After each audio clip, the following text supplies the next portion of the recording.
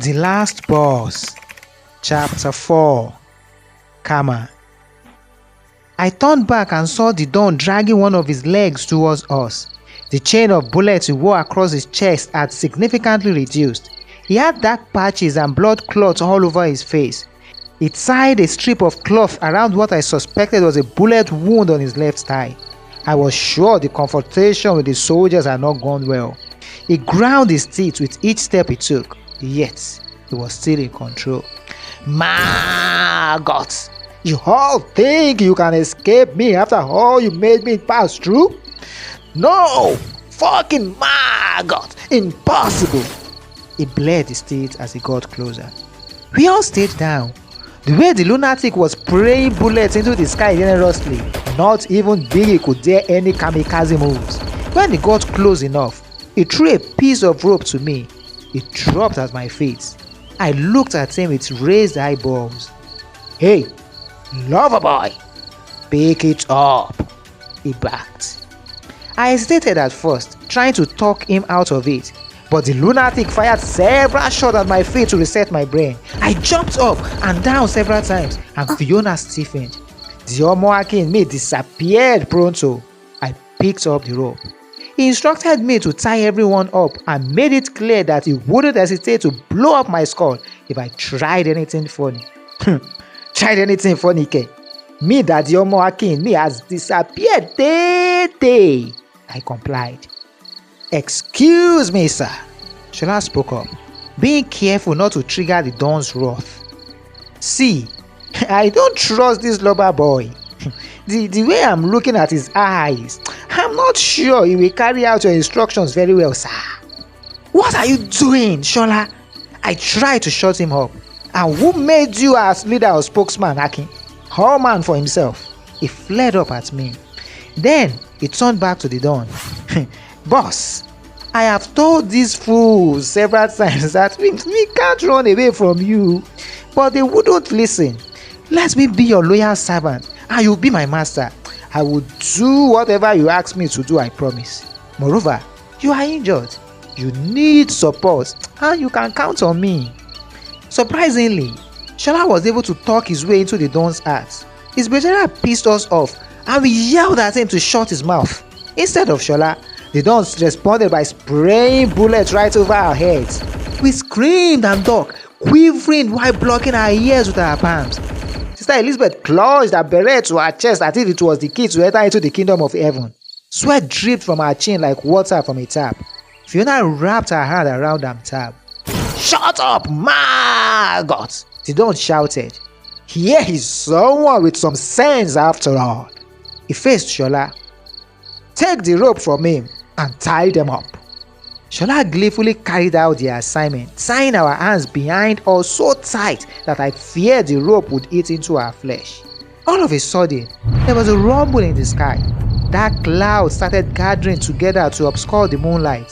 A cloud howling wind swept through the forest, shaking the trees, ripping off branches, dropping leaves and wearing dry leaves around in circles. Lightning and thunder terrorized the sky. I began to plead with the Don. Please, don't do this. The weather is changing. You can't leave us here like this. He just laughed hysterically. Please, I continued begging.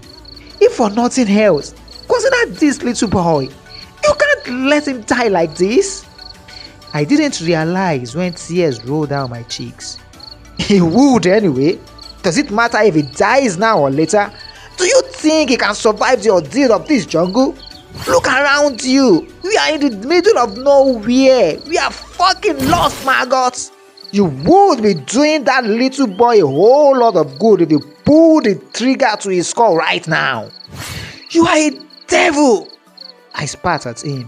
That's what people call me anyway. Thanks for the compliments. He laughed again. Boss, we have to leave now. The rain is upon us. Shola urged him. I can spot a raft at the river bank. The earlier we start going, the better. Leave them and let us go. You are worse than the devil. Biggie yelled at him. All man for himself or not fure, Shola retorted. All man for himself. He smiled mischievously.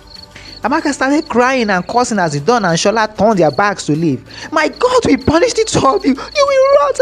The Don swung around and pulled the trigger. The bullet caught Amaka between her eyes, silencing her forever. She fell sideways. She died instantly. Not once did she twitch. Sister Elizabeth, Fatima's, and Lillian's scream traveled far into the forest. In response, the weather became more turbulent. I looked at Antab. He was shaking so vigorously I thought he would slide into convulsions. I looked up at the sky. The moonlight was almost non-existent. With tears in my eyes, I petitioned God. "Please, save your children." God must have heard my prayer, for a great calmness set in. Nonetheless, all signs showed it was only temporary. I heaved a sigh of relief, closed my eyes, and thanked God from the bottom of my heart. I looked at Fiona, and she smiled at me. Oh, how much invigorating that smile was. My eyes followed Shola as he provided support to the limping Dawn. Shola pushed the raft into the river. I could see the water clearer now.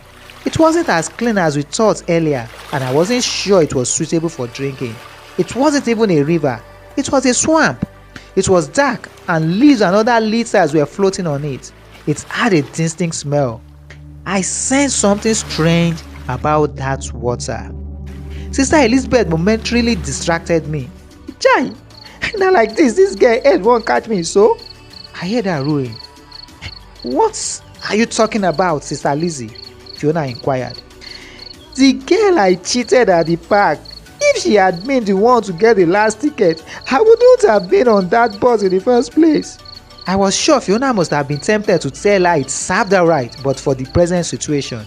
I hissed, and when I turned my attention back to the swamp, the Dawn and Shola were on the abandoned raft, already sailing across the water. I squinted when I noticed a stealth movement in the water. I held my breath. All of a sudden, two great jaws emerged from the water and grabbed Shola. I gasped. His shouts drew the attention of Biggin and others, who quickly turned to the swamp. It was horrific how the crocodile rolled him a couple of times in the water before pulling him underwater. His screams became muffled.